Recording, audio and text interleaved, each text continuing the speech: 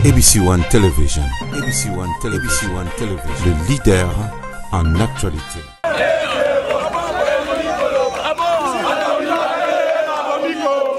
Tant que tu as Félix Aza Kabila, restez politique. Monique Oibelo Rabat, Amossel Abasoda Kabila.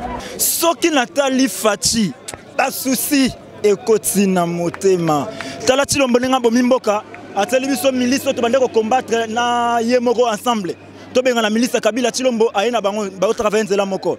Félix Alingia Boma Congolais. Jean-Pierre Bemba, Alobaki, retourne à Ye, Bandakala. Biso tout ebaki yango que le 23 Jean-Pierre Aozonga. Directement, le kola mboka na biso tout balinka ko politiser, allez paf. Ba lobité tout ça l'église basali nzambe mususu ba kende basala bo. Mende konanga eza mawa. ABC One Television. ABC One Television. ABC One Television. Le leader en actualité.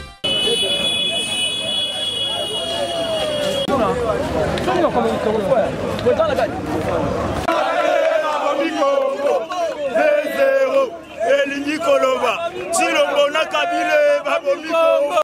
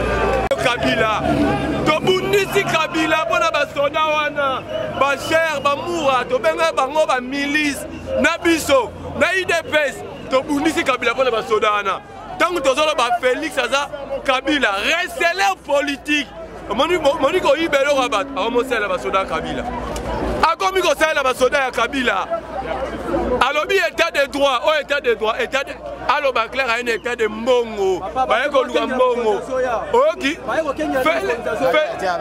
Félix akomo sala la basoda ya Kabila oh mboke kufi bala poto boyoka bosangana bobunda elongo na biso mboke kufi Kabila Félix asali basoda ya Kabila tolobi na Félix tobundisa Kabila yokutu te tokobundana okoyoka bitumba Félix okoyoka bitumba na mona te donc biso tozobunda tozolia bapizza na poto oyebi kasi te okoyoka bitumba okobundana biso tina suka. Merci beaucoup mesdames, messieurs, bonjour, bienvenue dans l'émission de l'État, le candidat de Baratozali, liste Nabino, et Mato, il y a une information, ABC One, Jésus-Christ qui est le number one. Alors mesdames, messieurs, nous sommes ici à l'aéroport international de Njili et c'est capté Koyamba, Mwanamboka, Jean-Pierre Bemba, Oizaki annoncé le 23, Tozali déjà 6 heures, dans une forte mobilisation déjà dans l'aéroport Yanjili et c'est capté la Mwanamboka, Jean-Pierre Bemba, assis à Kiti, des militants pour que à se diriger. Mais c'était prévu à Kende Boulevard Triomphal. Compte tenu, il y a certaines réalités au Yoboyebi et Salami que ça dit que va dévier, va délocaliser et c'est quand même grâce à la musique. Néango sans plus tarder de rejoindre quelques interventions il y a Bandeko Baye et c'est quand Oyo n'a évité voilà tous Bandeko. Baza ebele ah il y a tourner boye pour tous là voilà non tous là Ndeko ouais, président, bonjour. Ah, président. Bonjour, président. Bonjour, Ndeko. Bon niveau, vous allez ici à l'aéroport, tout ça à 6h30. Ouais. Tu es quoi, Yambasomi, la liberté à Congo. Aïe, Lelo, pour nous libérer Mbokanaï. Mais tout le monde qui date prévue, Ezaki Lelo, Aya, et puis itinéraire Ezaki Boulevard Triomphal. Mais pourquoi vous délocaliser ici à Burkina Sainte-Thérèse? Qu'est-ce qui se passe? Bando qui a peuplé, Batou Balingi Mbokate évolué. Bangonde Basali qui est no Bazo Luka bras de fer. Nakwana Somi Mboka, prophète politique. Biso Toa Bato Mobulute. Totikeli bango to ebi pe kenon na Sainte-Thérèse et ça peut place qui ba congolais bazali au pe kenon mokonzi ko solana ba congolais l'essentiel les ari mokonzi appelle sa message mokonzi a solana bana ya mboka ezate kenon ya solana triomphal ba place ya solana bana mboka ezebele biso to poni to solana ya na Sainte-Thérèse. Alors Jean-Pierre Bemba azozonga Kinshasa nini comme peuple congolais azela na Jean-Pierre Bemba libération simplement libération en mboka. Libération. Le président Félix a ça libéré déjà. Non. Boy, t'as la boy. Moura, il a changé. Donc, à la peau d'une autre. À la peau d'une autre. Il y a un sommet en Mboka, prophète politique. Si Marco Zalami Kolo Belé, Namboka Bapaya, les Londres a décidé, Aya pour Bunda Komba, on a la continuité à combat. Oyo Bandeko Naïba Zonyo Kwama. Bandeko Naïba, donc Bazoko Kalisute. Mboke Komineti. Quelques ténors, il y a la Mouka Bazap. Bien sûr. Net Martin Fayoulou Madidi. Alobaki Angopé, Azaliwana. Azalaki depuis 4h du matin. Baronio Bazali, Adolphe Mouzito, tout le monde. Et puis au moins on a bandé qu'on a vu sur Frère Zongo puis Azali, Freddy Matungulu, tout le monde d'Azawana. Au moins on a payé que nos drapeaux, il y a parti belé, il y a l'amour qui est wana. Ce que Bemba Zoya Lelo, cela veut dire que la Razout Awa, mais ce d'action de grâce est organisé par l'église au président Félix à Kokendepe qu'on a à rendre grâce ou bien après meeting en Rosalandeng. Ndekonanga au moins MLC Zali parti au Yetera Nzambe le Boussoe Makambonyoso. Bandekoana bango pe baza na stade yo kande konangai baza na stade pour na kotondo Nzambe botondi ndenge somi ya mboka zongi na ekolo simplement action de grâce yangwana ba kotondo Nzambe botondi pour na Bemba zongi na mboka biso tokoyoka bango pe botondo Nzambe botondi parce que na partie na biso tobi avec Dieu nous vaincrons bango bakeka na chemin wana ya kokumisa Nzambe ke libérateur a elelo biso pe bayi milimo to vanda na ndako ya donc ya stade de martyrs pour totondo Nzambe botondi voilà. D'accord, merci beaucoup président. Dans ce appel intervention na habité nderonanga o aza un habitué déjà na biso boni okoko lobanini parce que président Bemba azozonga lelo soki natali faci ba souci ekoti na motema tala tilombo nga bomimboka ateli biso milice to bande ko combattre na yemoko ensemble to benga na milice Kabila Chilombo aina bango ba travailler nzela moko yango lelo to na esengo po ntoma ya ekolo azongi mokonza mboka sali mikolo beleli banda mboka ye to zapena na esengo makasi yango to ko yamba ye 6 heures boye bato ye belebo mais parce que to zalaki déterminé to ba que le 23 lelo zalaki démonstration à force contre force to ka il fallait pas délocaliser bino le sur lelo te pour tika mais action de grâce. Mais c'est action de grâce, bango besoin de comprendre. Dans le bac qui a dernièrement, Chilombo a béni battu na stade. Pour yemo ko conscient que le président de la République aye. lokola mokonzi akomi lelo il faut bakumisa nzambe po mokonzi aye yango mwa ndambu ya bato lotiki na kati ya stade na basa soki mwa 5 soki mwa 10 kuna bazo bondela po mokonzi aye yango biso jeunesse congolaise avenir bemba mobimba avec le président Yannick Samato toza sur place on a kati ya aéroport tozo mokonzi tokita na eti na place Sainte-Thérèse tokosuri de loin na Sainte-Thérèse tokena eti na ndako AP boko komisa Jean-Pierre Bemba Zoya alors peuple congolais azela nini leçon nini azela epaya Jean-Pierre Bemba Motono so ebi que avec Jean-Pierre Bemba c'est la paix avec Jean-Pierre Bemba c'est la sécurité avec Jean-Pierre Bemba ezali tomboma ya ekolo nkita ya ekolo za komata avec Jean-Pierre Bemba bozana avenir na sima yango déjà toyena masse ozomono babi avenir Bemba on ozomono avenir Bemba donc tozali lokola Bemba ye ma avenir ya peuple congolais comme qui flou et rotongama voilà ça va merci beaucoup Tozwa ndeko Merlin ndeko Merlin ah Merlin vous zela roloba ndeko Merlin bonjour ndeko wapi maki Mukeba azana nzela zoya elomba zoya to yamba sko kumu ya bebe elombe nyonso Jean-Pierre Bemba Gombo okomona lo moto bato bakotonda tokozanga ndenga kotanga bango nakopesa message na ngai na communauté internationale na ba ONG nyonso ya droit de l'homme toboyi après comme nous regrettons les accidents Félix alingi aboma ba congolais Félix veut faire tuer les congolais bino moko bomoni na ebité logo te bokonzi logo te ba préparer été logo ti taza receler alobake taza receler akende golobake basa la prière pour na bien fait taza receler ya pouvoir na ebité bien fait ya nzambe za la race moto comme président pour na ba fonctionnaire te pour na ba maman commerçant dit ton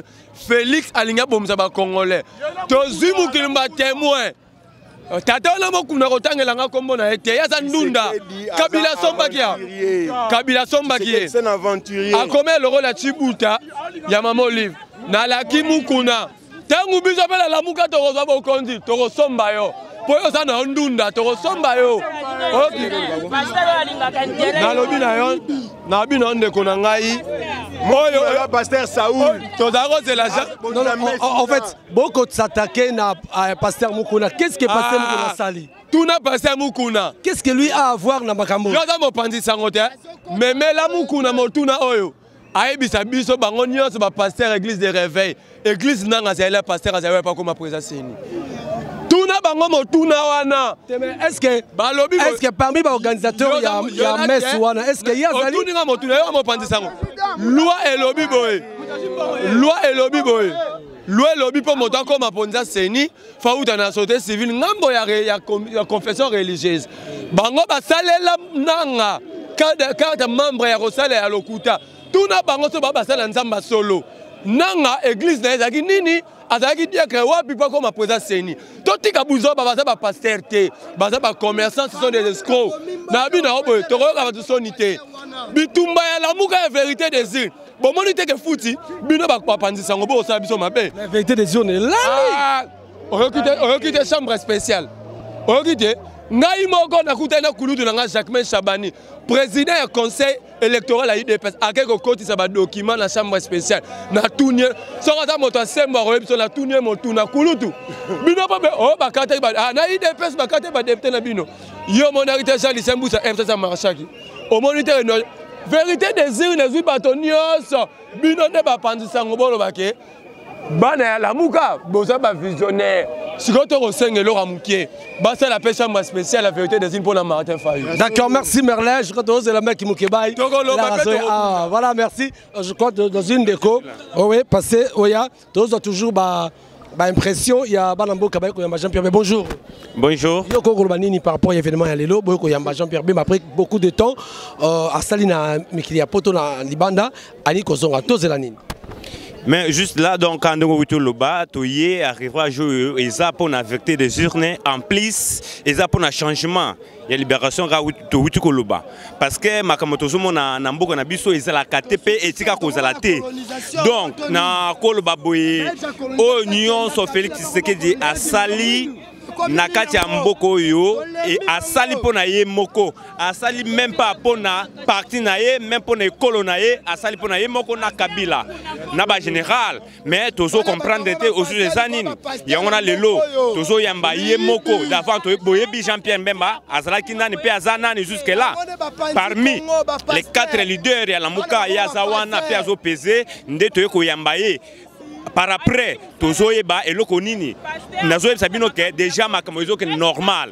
Et en plus, population na biso na bango nyonso pouvoir les autres n'est pas na biso. Merci beaucoup. Tozo continuer, tozo toujours dans l'aéroport international Njili. Donc qui depuis 6 heures. Donc on a une forte mobilisation. Nango na lingina tout na pe ba cadre ya MLC o baye awa koyamba président na bango Jean-Pierre Mbemba. Bonjour honorable. Bonjour Ndekunanga. Bonne santé. Nzamba Osunga. D'accord, le Zali prévu président Akita la Kisasa déjà Azali dans tous les autres calamité ni ne connaît pas par rapport à la journée à l'élo. Bon, eza sengo mingi mwana mboka Jean-Pierre Mbemba azongi et na kanisa makambo leke belé na simana na mboka ndenga ye epai ya ebele ndengo moni bandeko ba tondiawa ezali signe ya espoir ya peuple congolais. Donc ezali espoir pour nabiso na makambo to eleki esengeli mokonzi akita aya avanda ayo kabana et toye bandenge ni tokotambola. D'accord. Alors président Zokita message nini ba na Congo tout ba kozelaye comme un message d'espoir. Espoir na ndenge ba s'attendre na nini pa naye. Mais au monde d'abord peuple congolais a souffert dans l'ensemble. Et nous faisons koleka oyo ngai na koloba ezali mawa babotoli peuple pouvoir naye peuple congolais azali chosifié na kanisa boko mona bakati ya ba institution nyonso tout makambo ezali koleka ba institution na biso eza démocratisé te oyo na bato oyo lelo entre guillemets soi-disant bazali basalaki baponamaki na peuple mais oyo bakei kuna toyebite bomoni pe oyo makambo eleki na kati ya cour constitutionnelle oyo ndenge bazali kosala donc tozali kozonga na se makambo ekomi na se mingi. Alors Jean-Pierre Mbemba ndenge na lobi azali espoir ya peuple congolais azongi et ndenge aye wana peuple bazali kozela mingi kati epai na ye azali kozela mingi kati na ye. Donc ezali mawa oyo bato oyo peuple alingi ezali bango wana te oyo bazali ko imposer peuple. Ce qui veut dire que na ba dire na yo to ba la cour constitutionnelle est instrumentalisée par l'ancien régime. Na ebisu ezali kaka cour constitutionnelle te. Ben institution nyonso ya mboka ezali politisé. Et ce n'est pas normal. Ce que moni na mboka makambu tout ezali ko salama na politique wana za mboka te. Ce que moni na mboka makambu nyonso tout il faut que bokende na négociation politique, arrangement politique, yeba ke sérieux ezana kati ya mboka te. Donc ndenge tozali sikoyo, sérieux ezali te. Toi na mboka te. Voilà. Ok, merci beaucoup Papa Bolema. Alors, date prévue, il y a arrivé à moi Jean-Pierre Mbemba qui le 23. Mais la même date, c'est Monique une messe plutôt d'action de grâce organisée par Martyr. Pendant que l'itinéraire, il y a mon Jean-Pierre Mbemba qui Kolonga aéroport Njili, Tina boulevard triomphal, et ce cap et un ça message au peuple congolais. Mais subitement, tout le monde va délocaliser bino site, il y a un meeting. Qu'est-ce qui se passe? Ndekonanga, yo moni système hein. Biso to kenda na élection pour système changer na mboka. Mais système wana zo continuer. C'est la continuité. Zela. Makambo to eza politisé, tina kata l'église. Corruption et mati ezala tina Sénat boyoka kindenge ezali ngam na oloba te. Na osaka rappel. Ezala na élection yo bomoni ndenge ezali. Ezala na kata l'église. Ba pasteur mususu pe ba koti na politique. Donc ezali mawa tozongi na zéro. Tozongi na zéro makambo lobi wana oza na raison. Jean-Pierre Mbemba alobaki retour na ye bandakala biso tout toyebaki yango que le 23 Jean-Pierre Aozonga directement lokola mboka na biso tout balinka ko politiser allez paf balobi te to ça l'église basali ya nzambe mususu bakende basala bo mais ndeko na ngai eza mawa nzambe oyo tokosambela nzambe azali et Dieu existe soki bato bazali koluka kosala bazwa mbongo na politique bachange yango couleur bakenda yango na église bakofuta kaka bakofuta ndeko nakoloba no eloko moko élection 2006 oyo organisaki yango mosali ya nzambe élection 2011 mosali ya nzambe élection 2000 il semble si mosali ya nzambe mais l'élection yango eza ndenge nini bato bakocomprendre yango l'élection yango eza crédible ndeko apparemment eza crédible ndenge bayebisa biso ezalaka transparente. Bon, ngai na ebité oyo lobi wana mais ezali makambo biso tuto kotala batu boni balelia na élection est-ce que l'élection ezalaka soki salami il faut batu bazane sengo bozaki moko ya ba candidat il faut les rappeler aussi ndeko na ngai nazane sengo nga ba voter ngai mais ba nommer ngai te OK mais le Seigneur publié yote ba te nga ba voter ngai mais ba boko nommer ngai. Cela veut dire quoi? Cela veut dire nazali bien na peuple na ngai o ba ponaki ngai nazane sengo et lelo yo peuple ndenge bazaki oponi bolema oponi président mususu oponi président mususu bolema osala musala osala te ba kofinga ngai mais tozane sengo ndenge nazali na esengo mingi et puis pe na profiter na nzela na yo na pesa bandeko nyonso ya Kingabwa ya Lemba ya Ngaba oyo tu bazalaki na souci na ndenge ba ventiro ba kosala bazala calme nga tozala nesengo Jean-Pierre Bemba ye tozana nesengo. D'accord, tu es arrivé à présent Jean-Pierre Bemba, tu as dit que les choses vont aller. Oui. Biso parti na biso ezali mouvement de libération du Congo et tozali qualité. Il faut peuple congolais s'appelle. Retour présence il y a Jean-Pierre Bemba et influencer nini. Mais déjà influence ali mais na lobby nyonso oyo tokosala et kozala d'avant na yebso ke tozo kende les choses na transition ou tozo zoa pouvoir na biso ya do population zo zoa pouvoir na ye et loko na zo yebso eza bongo. Merci beaucoup Yoningo Baksanini. Oui papa na bakisaka ke na question tuni ndeko présence abe mezanini présence abe mazali clé ya déverrouillage Bemba ye pona a déverrouiller tokaki Félix Tshisekedi le président nenga lobaki aye ko déboulonner déboulonnage na wana lobaki ça elote par contre Kabila a vissé lisusu a boulonner lisusu makasi kolega a verrouiller système maintenant la seule personne o a ko déverrouiller ko déboulonner système à Kabila c'est Jean-Pierre Bemba et na entourage na ya la Muka. Vous comprenez? Donc on appelle le coordonnateur Oyobopona qui Moïse Katumbi, il y a été à Zate, bon, la contradiction. Bon, wana tokoki vraiment na sagesse ko répondre à la question en ati. Oyo ngana ebi Moïse Katumbi aza na lamuka. Mais na ndimite ke soki ya yete batu na yeba ko yati.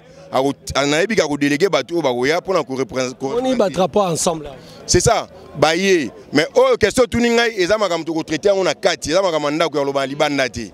Donc quand tu réponds, nous sommes satisfaits au Goukourib Sangai. Baimbo Kande Bakolanda partout, Kinshasa pe Poto Bakolanda yo, les OPC Makate et engagé Karayo, n'est-ce pas? Parce que les propos tenus n'engagent que son auteur. Merci beaucoup, mesdames, messieurs. Nous allons continuer. Voilà, merci.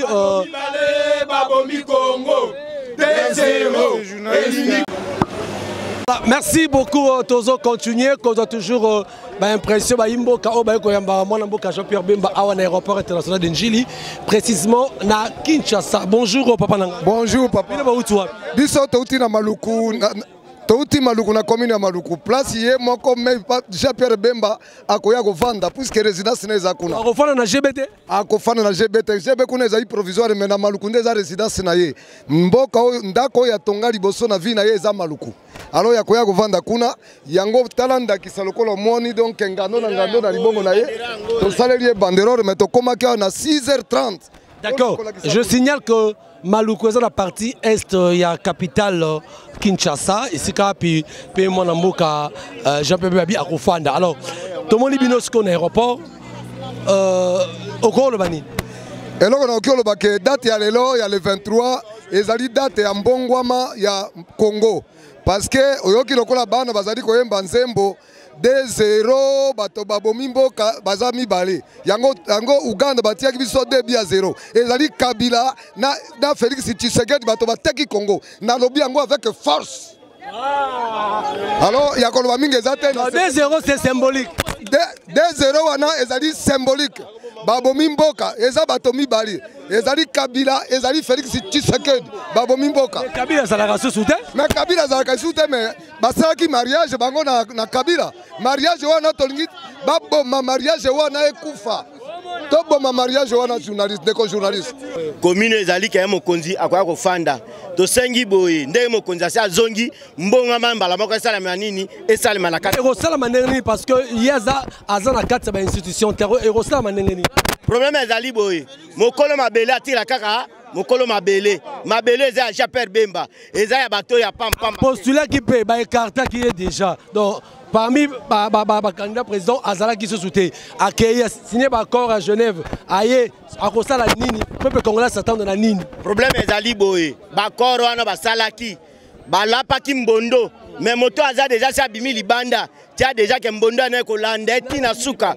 ye moko miyebi président miyebi ke alapaki mbondo na stade de martyr alapaki na triomphal alapaki mbondo Félix Tshisekedi wa Mulumba alapaki mbondo kuna na stade na minute nde tozoloba mbondo na kolanda ye le pe ba na messe action de grâce bino fallait bokende boulevard triomphal balobi ba délocaliser bino bokende Sainte-Thérèse wana ezali nouveau ya été wana eza makamba président te azangela ko sala messe nde eloko ndeko bongisa mboka messe nde eloko bongisa mboka messe nde eloko bongisa mboka oleki asala makambo esengeli wana nyotu bakale me bakale tiake mwana mboka sa komi batika biso to ya mwana mboka bazo banga. Voilà, merci beaucoup. Yoro Baksani par rapport il y a délocalisation il y a meeting aussi mais quand on a aussi mais on a respecté. Voilà. Le MLC est en place oyo yango eponite na Congo. Soki o délocalisé au lobito kende na Sainte-Thérèse facilement toko kende. Ezala na Équateur toko kende. Ezala na ba province nyonso tu ya Congo toko kende parce que lolaka liloba oyo ekobima pa na président motu nyonso tu akoyoka yango. Qu'est-ce qui est le nouveau oyo Jean-Pierre Bemba koloba na bat bayoki? Papa liboke bafungolaka yango te soki oyo asimbi yango afungoli nanu te mais mwana Congo azelake liboke wana ezofungwama mpo na bénéfice na ye mpo na korécupere nyonso oyo ekendeki ezonga voilà oyo ekobima na monoko ya président ezali oyo ekosepelisa bakongole nyonso tu yo mpe tomoni oye katikati na esika yo uti commune nauti commune na Ngalema na Malueka outi na Malueka oh nabala Malueka bazalia oh toze belé koyamba mokonzi combien heure ni parce que toi déjà 7 heures nakomaki ba 6 heures nomba ba 6 heures pour koyamba mokonzi fona mokaka ton mpona yamba mokonzi abi bakosala mino mpe basoti moto bakobongisa mino mboka Kinshasa zobonga abongisi babuma bato ta abongisa basoti moto ngai ya motuka te oyo nakosote ya soti moto wana badistraction wana o monsieur Tshilombo Félix alingi amemela biso Kabila memeki kaka biso ya banzela tosele tofuna eloko moko te monsieur Tshilombo Félix ye mpe ayekana bapiège ya busoto wana tozala kolanda te biso toye koyamba mwana mboka Jean-Pierre Bemba toye koyamba te mpo na sentiment mpo na kitoko ne mpo na monene ne mpo na mbongo ne toye mpo na bongo te toye koyoka nde message oyo ayememeli biso na bolingo alingaka mboka ne Congo nde toye koyoka message wana ya mwana mboka Jean-Pierre Bemba Gombo. D'accord, merci de continuer. Bana Congo, Bana Brazza, Bana Mikili Mobimba. Ah, toujours l'ambiance à l'aéroport. Donc on voit moi impression ya ba imboka ba koloba par rapport il y a arrivé ya sénateur Jean-Pierre Bemba. Bonjour Ndeko. Bonjour. Ya uti commune. Na uti na Kalamu. Uti Kalamu. Na lingina loba boye. Ngando na ngando azaka na libongo na ye. C'est-à-dire elakisi boye. Moto na moto azana mboka na ye. Kolo mboka ye wana. Ndeko nanga moko alobaki liboso ke liboke bafungola ngomena moto asimbi yango. Ndekolo mboka oyo za ye azana mbongo na ye. Biso to la nimbongo na ye te. Félix na lobi boye ngana ye biso boye Félix to yebi ye malamu azaki ndeko na biso. Mais Félix aza mokonzi te moto aza mokonzi ali Kabila. Yende azo sala eloko Kabila yebisi ye. To bundaka makambo na Kabila. Alobaki na biso ke biso to vanda boye alobaki amelaki mbondo to zalaka na 20 mai nani na triomphal. Mbondo ngo amelaka yango te. Biso to lobi ke tozo ya ko yamba mokonzi ko asali ke asala ko sala lina prière. Prière to lobi bo nzambe azali nzambe ya désordre. Likome lobi bongo. Nzambe azali nzambe ya désordre te. Siko to lobi boye. Biso to yeko yamba mokonzi ya mboka. Somi ya mboka. To lingi na biso makambo te. Alobi na biso boye. Oye koya na ye e créer désordre te. To linga to kenesika to linga to bunda bitumba. Mais alobi te to ya to vanda esika nyuso. Ata batinda ki biso ata na maluku to linga to kende. D'accord, merci de continuer. Le temps, notre caméraman des circonstances. Bonjour. Oui, bonjour. Par rapport à l'événement, l'événement, vraiment, est très chaleureux. Président Nabiso, il y a MLC Azoya, Jean-Pierre Bemba Gombo. Tu peux savoir qu'il y a 6 mois et coquille. Dans 6 mois, on a $, et quitté. Batongi Banzelate. Social et beaucoup. Ça, là, saute mouton. Basoti mutu ango batiango eza étiquette tomona ki colonel ndenga kende kolongola batoli papa. Est-ce que mboka po bongo eza soti mutu? Bato français baloba le début annonce la fin. Pouvoir bongaka yomoko diriger. Mais pouvoir ezali moi li kamomoke il faut kende kinga 4. Moi li kamomoke il faut kende kinga 4. Président azanga mo ya kolobela bato po population ba yokaye. Yango wana topesa ki bango 6 mois. 6 mois ekoki ndeto yei tozwa mboka toyeba ndenge nini ya kotambwisa yango. Alors, na oyo etali peuple congolais bapesa biso triomphale lokola bango baboyi balobi ke te triomphale bazali kosambela pona makambo oyo ezanga tina biso tozali wana lelo na Tchangu esika nyonso ezali kaka Congo. Merci beaucoup. Voilà, mesdames, messieurs, j'aimerais que tu continues l'ambiance pour la population et ça là patiemment. Moi, je Jean-Pierre Bemba. Merci beaucoup.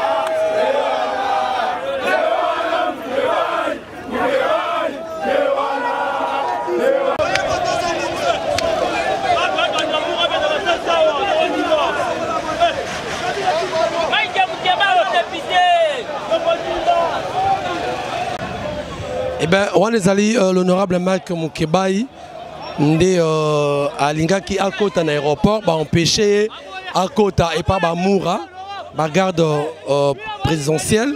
Donc baboyi à côté na kati ya aéroport Mike Mukebaye voilà. Baboula bien le salaire na bina mike wana bosa un peu fier.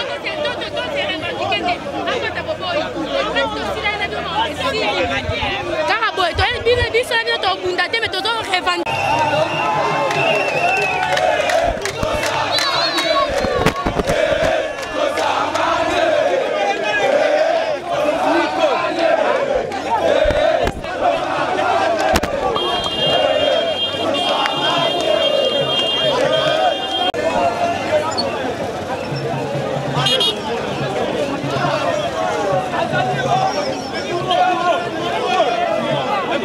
Voilà, merci Tozo continuer. Dans la délégation, il y a Unikin, ex-Louvanium, ex-Louvanium, dans la colline inspirée.